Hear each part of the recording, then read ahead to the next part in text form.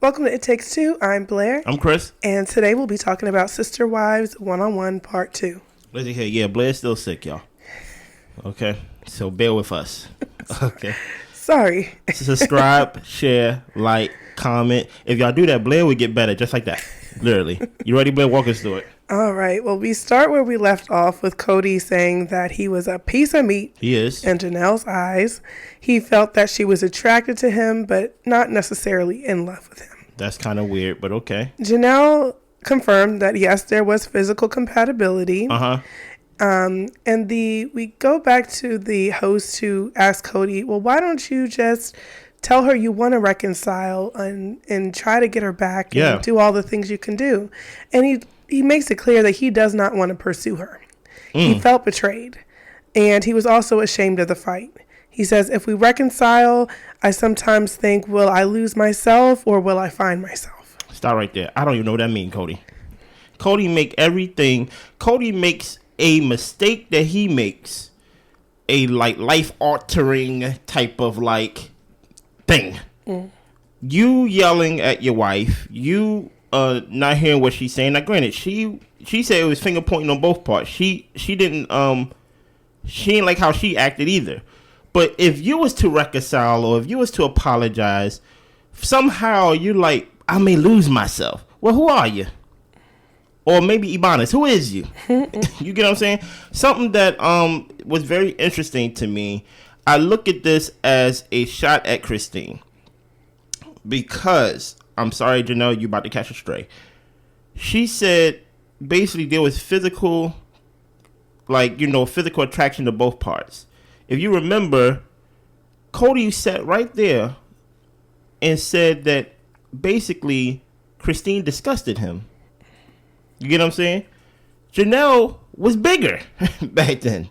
So, I really want to know, what was it about Janelle that was so attractive in the sense of to where y'all couldn't keep your hands off each other, to where you I feel like a piece of meat, that you can have that same attraction or that same type of relationship with Christine. It kind of makes me think that, maybe it's not the physical. Maybe you really did wanted to break her down mentally, really did wanted to kill her self-esteem, to make it seem like she has to reach a goal that was unattainable. Now I have to make sure Cody don't find me disgusting. Now, just always keeping people at your heel, I don't know what Cody's thinking with the whole betrayal thing, but he needs another word. The minute that he actually views these people as his wives, as someone that's on his team, maybe he can actually see it way different and better than the word betrayal. You get what I'm saying? Come on, let's go. Yeah. Well, Janelle said that he has never said, I love you, I want to make it work. Really came to her humbly. She voiced that she had to do all these things to feel like she had to earn the relationship. Christine chimes in and says that she felt like she had to earn it too. It kind of goes to my point, yeah. Yeah, and Meri was like, look, nothing was ever good enough for Cody to fix the relationship. Cody, he affirmed that he wanted... So we're talking about Meri, and he says he affirmed what he wanted, and he did everything he could to love her. Teach us. They started out with a romantic experience, but there was a lot of dysfunction. I just wanted to speak to that. Go ahead, Blair. And the fact that he said he affirmed what he wanted. So basically, he wanted a wife. Yeah. He wanted this family. Yeah. But did he necessarily want Meri? At this point in his life, he doesn't necessarily know what he wanted. He just wanted to start this life as this patriarch. I want to ask this question, but I don't want to ask it ahead of your notes. But, it is what it is. I'm going to ask it, right? Last episode, part 1, make sure y'all go back and review our part 1 episode. We say a lot of reverse engineering, right? Now, I'm not really sure when it comes to Meri, if there was some reverse engineering. Now, I'm starting to think, did you really even love this woman? Some of the things that we're going to learn throughout this episode that Blair going to share with us, I'm like, look, man, there's people that I don't like that I wouldn't even take it that far. You get what I'm saying? Because even though I don't like you and I don't want to be with you, it's kind of different than Me saying, Blair, I don't want to be with you, compared to Blair, I'm going to crush you to where you don't want to be with me. You get what I'm saying? It's like when you don't want to be with somebody, like you still don't want to shatter their inner being. You still want to leave that person intact. You still care about them. Yeah. As an individual. But he keeps saying that, look, I care for Meri. I love Meri. I'm just not in love with Meri. And I'm like, I don't even know you do that, brother. No. I don't even know you do that. We gonna learn about that later on down in the episode. Help us, Blair. Yeah, we talk about Meri and her moving her business. Yeah. And then we get to see the clip of Meri breaking the news to Robyn and Cody when we were in the kitchen at Meri's house about how she was going to be moving the business, but she was not leaving the family. Meri said this was the reaction she expected from Cody. Yeah. There were times, because we talk a little bit about Robyn, who said that she was going to fight for the marriage for Meri because she's asked her to. And Meri admits there were times that I did ask her to fight for me. Yeah. But it was mostly Meri just wanting to hold onto the commitment to her marriage. And Robyn was really frustrated with Cody that his reaction wasn't more helpful. Christine said, there's a big disconnect with Robyn and Cody regarding Meri. There's no life there for Meri if she stays, and she really doesn't understand Robyn's motive for trying to keep Meri there. Me neither. Yeah. And Robyn tries to throw us a bone the way she tries to throw Meri a bone, that Cody gets really inclusive about her at times and is very considerate of her. Considerate of who? Meri. When? I guess when she's not around. That don't even count. It don't even make sense. Yeah. Continue. Yeah. And just to point back to the disconnect that Christine has said that Robyn and Cody have is that Cody is clear that he wants nothing to do with Meri, but Robyn is just thinking that Cody has something deep, deep down to where he does care for Meri. Like, it's witchcraft. It's magic. Right. It's not just going to appear, Robyn. It's definitely not. Continue. Yeah, Cody feels the friendship. He feels only friendship with Meri. I think you're lying there, buddy. Yeah. Continue. I wouldn't treat my friends the way you treat Meri. Anyway, he doesn't understand why Meri doesn't understand where their relationship is. And he says, look, Robyn knows where I'm at with Meri as well. Like, there's no confusion on her end. I've told her. I ain't gonna hold you. I think he's telling the truth right there. I think Robyn is kind of like playing the she's trying to play the mediator between the two, where Cody's like, look, I don't really care for this woman. And I think Robyn's the type to be like, oh, don't say that. Because if you remember the last episode of the season finale before the 1-on-1, Cody said something and she tried to correct him, basically saying, you don't mean what you say.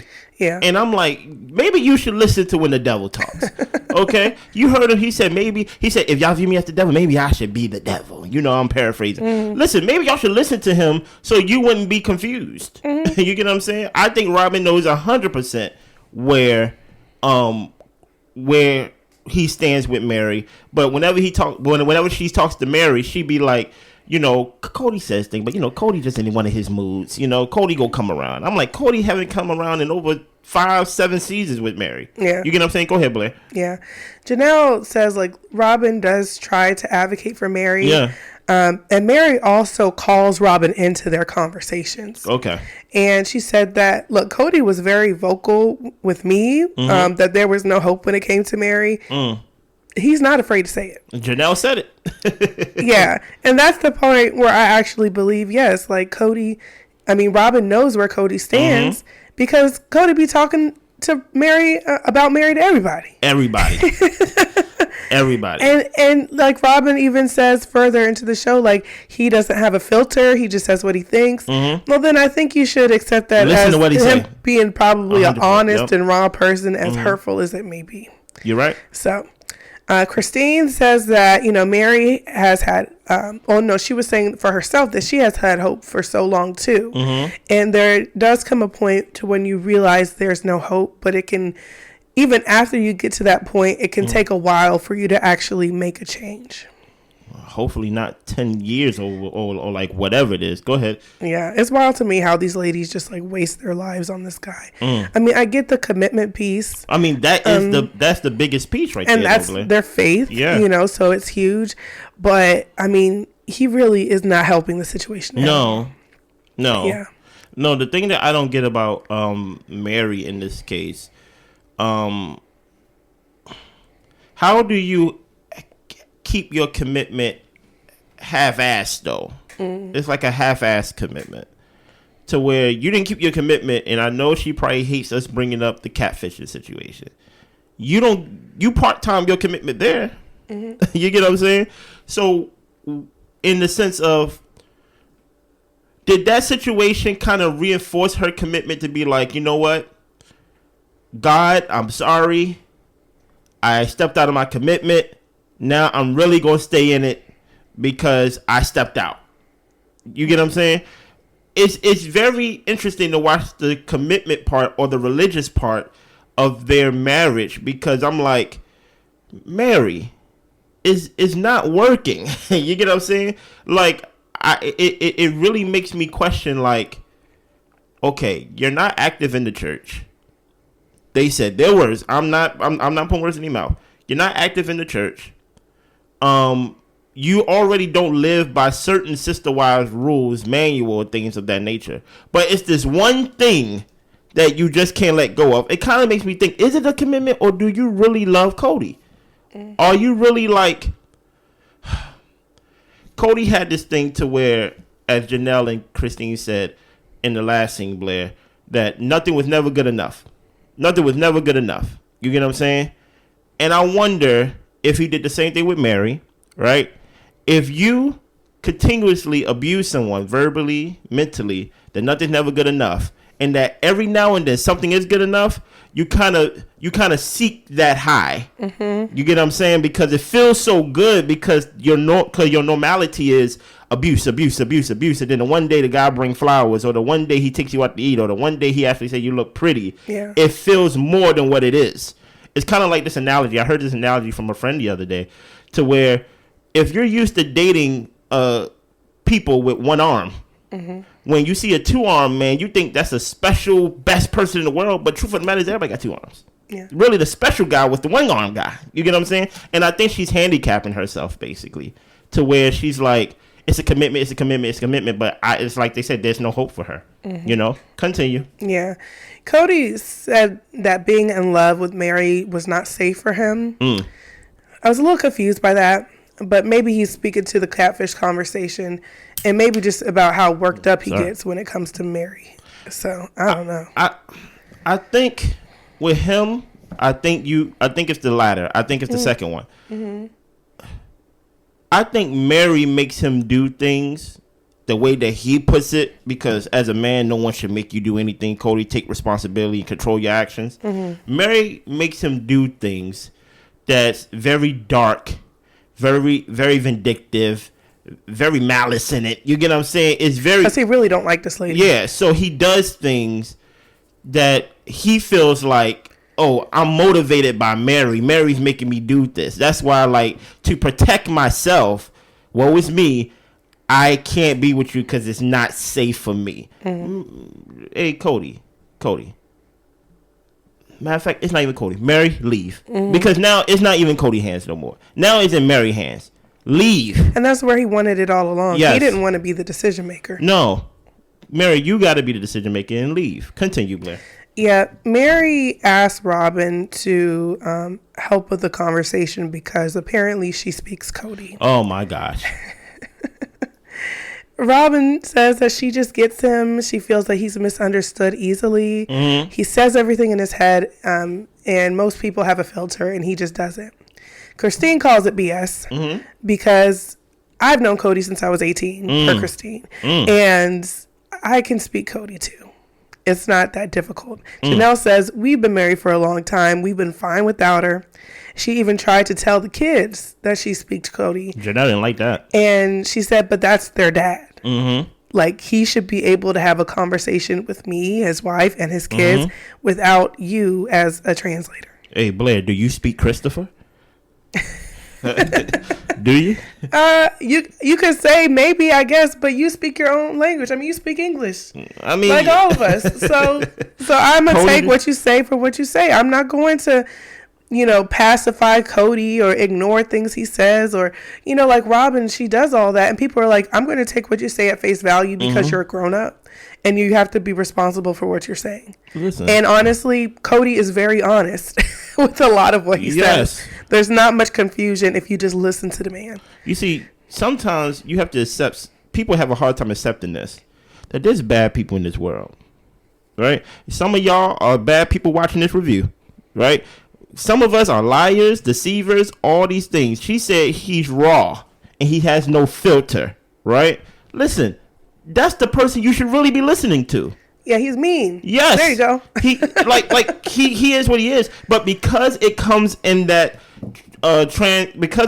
transportation of meanness, you kind of disregard what he said because you're like, "Oh, don't be mean." No, listen to what he's saying. Mm-hmm. He's mean. Yeah. Like, get that out the way. So that's why I'm like, Robyn lives in this fantasy, as these sister wives been saying, that she like, I speak Cody. To go around telling his other kids that it's kind of weird, because what you're doing is you're creating a division to where you are the middleman between child and parent. You get what I'm saying? And all the other wives. Do you want to be in that position? Like, it doesn't serve you. Right. You're crying outside and stuff. We see you crying in every episode. It doesn't serve you to be the middleman, so why put yourself in that position? Nobody ever told you, hey, I promise you, no one ever came to Robyn and said, hey, Robyn, what did my dad mean when he said, or can you talk to my dad? And what happened is now I'm starting to do some reverse engineering in these reviews episode to why these kids probably don't feel comfortable coming to your house. Because you over here talking about you speak Cody. Sometimes I am an advocate for everybody and things like that. And guess what? Don't break your arm patting yourself on the back. You don't have to do that. Nobody asked you to do that. Like Christine said, I've known Cody since he was 18. You're the last wife. So for you to say that you speak Cody, well, what do we speak? Exactly. Like we know this guy. You get what I'm saying? But continue. Yeah. Continue. Let me talk a bit about the barndominium comment. Oh my gosh. And Meri said that she was really hurt by it, but she can't fault him for saying how he feels. Christine said barndominium was insulting. It was kind of insulting. And then it made her think about this ring story. So she proceeds to tell us a story about where Cody and Meri, they had their wedding ring because, Meri was the first to get married. Mm-hmm. He melted down the ring. He saved the gold and the diamonds. And he said he didn't want Meri to have that kind of control and power over him. Weird. So once he got with Robyn, all the ladies got him, I think it's like a Claudia ring. And he started to wear that as his ring. Then he got a ring with Robyn, and then Christine is saying maybe this new ring that Meri called out in the clip, maybe it means like a new beginning for him and Robyn. Maybe they went together and got this thing. Maybe. Yeah. So Meri was pissed. Yeah. Because they found out, because she found out that Christine told the ring story, and now she's being forced to talk about it. Yeah. She says it wasn't Christine's business to tell. Yeah. But she goes on to tell it, and she says that Cody didn't think it was fair for Meri to have claim on him by having this ring. Okay. I guess where the other women, before Robyn got married into the family, they didn't have rings for him.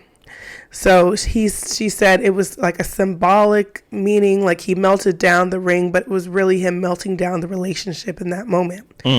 She actually asked him if he didn't want to wear the ring, if she could have it. And that's when he was just like, oh, I melted it down.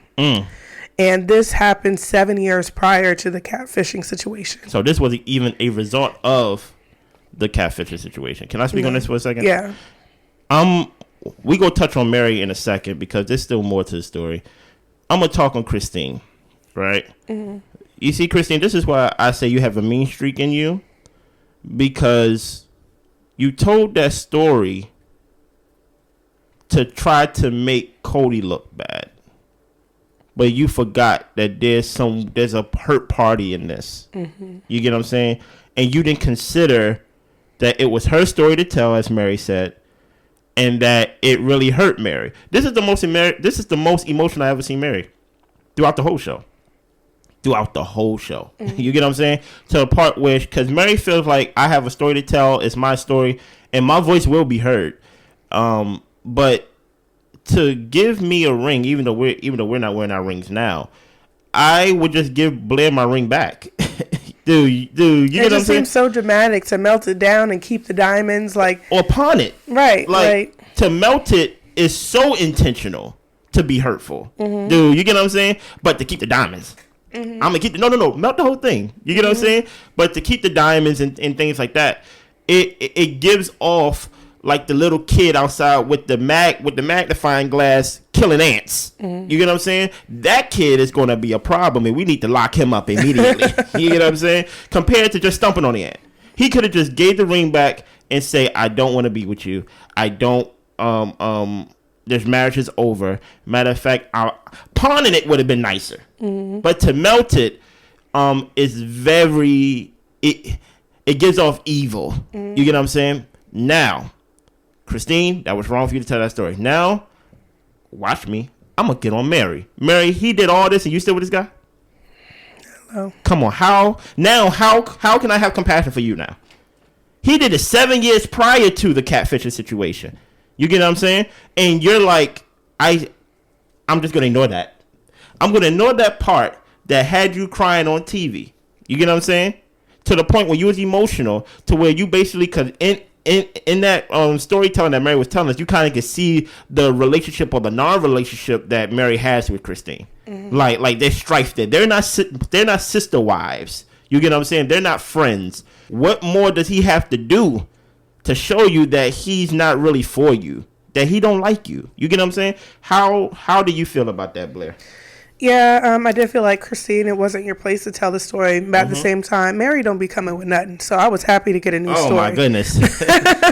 Just for the show's sake. I'm like, goodness gracious, give us something other than the carriage house. Mm-hmm. So it was an interesting story. It did put more things into perspective about their relationship and, how Meri, I wouldn't say was pushed into the catfish thing. If you're unhappy, just leave. Yeah, just leave. Yeah, but I can...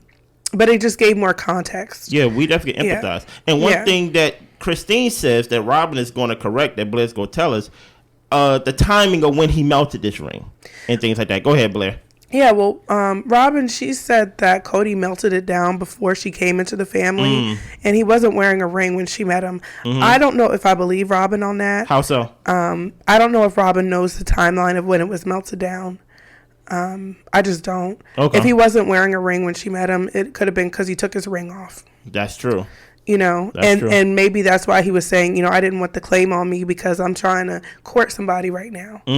So Detective Blair on the scene, y'all. Yeah. So I think Robyn, sometimes I think she just likes to put distance between stuff like, oh, this has nothing to do with me, and I didn't cause anything, or I didn't play a role in this at all. But it's just like, even if you didn't do it, you're part of the family. Your presence created a domino effect in different ways. And the fact that she can't admit that is irritating. Okay. And even if, she doesn't think Cody did certain things because she was in the family or things changed, that's fine. But I don't know. I think she needs to open her eyes and see that just her presence alone, not necessarily anything she's done, has caused some ripples. What do they call it? Don't ask me. I don't speak Blair. Ripples. Okay. No, just in the time continuum. just pick a different word. Continue. Okay. And then in regards to this new ring, Cody said he saw a cool ring. He said those other relationships are over. He also mentioned, I might wear the Claudia ring, if me and Janelle can get back on track, because that's really the only other relationship involved with that ring. But to him, it is a new beginning. Continue. Come on, let's end this. Yeah. Meri said that she has seen the kind Cody, and she was hoping that would return. And she wanted him to finally say the words to her that he didn't want to be with her. He said unkind things to her, like in confessionals to the other wives, and she thought she was owed a one-on-one conversation. And she said she wasn't going to leave the marriage just because he's a jerk. Stop right there. you're using the wrong word. Jerk is if I was to like take Blair notes and just close her iPad and just be like, Chris, stop being a jerk. Burning the ring. You get what I'm saying? Something that, especially since we're talking about faith now, I'm taking off my monogamous hat. I'm putting on my polygamous hat for the moment. He took your faith. He took your commitment and he set fire to it. You get what I'm saying? Like it's not even worth money. It's worth scraps. We go recycle it and do something with it. You get what I'm saying? Yeah. And even with the request of yours to, if you're not going to wear it, can I have it? I don't know if she wanted to hold on to it in the sense of maybe when he returned to me or be nice, I give it back to him, or maybe pawn it. You know, I don't know what times or Meri's financial situation, but he didn't even honor your request. So what do you mean I'm not going to leave him because he's a jerk? Well, I agree. You shouldn't leave someone if they are just a jerk. But what if they're evil to you? Are you going to leave me, Blair, if I become evil to you? Yeah. Come on now. Stop it. You get what I'm saying? Like evil is an intention to hurt. Yeah. You get what I'm saying? Like it's different. I'm not the perfect person, and out of my intention is never to maliciously hurt someone. Yeah. You get what I'm saying? But when your intention switches to actually, I don't want you to have power over me, and I'm not going to have this on my body because it's a symbol of you. It's just like, why do you hate me? Yeah. And my thing is, if you don't want to have the ring, give it back to me. Yeah. You can actually. It's like, no, you can't have it. Nobody can. You can achieve the same thing if you just give it back to me. Yeah. You get what I'm saying? Continue, Blair. Let's end this. So we watched the conversation between Meri, Kody, and Robyn, the breakup conversation. And Kody said that he has asked Meri what she needed in multiple conversations and multiple times. And he's told her he cannot give her what she wants, but he's willing to fake it. He's lying there. Because he ain't even faking good.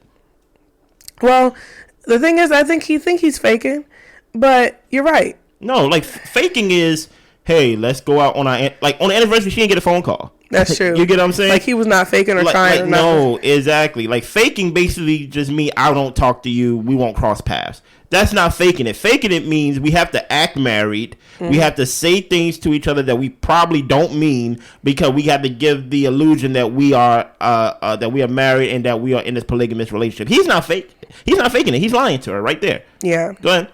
Yeah. Meri says, last year when Cody and her went on the drive for their anniversary, that was really the first conversation they had about him not wanting to be in a marriage with her. In person? Yeah. Okay. And he said he didn't want to address it publicly. She talks about how, she gives us, in September, he said he didn't consider me a wife. And they had more conversations, but he still wasn't wanting to do it publicly. She was owed him having the conversation with her publicly instead of seeing things after the fact and hearing things through other people.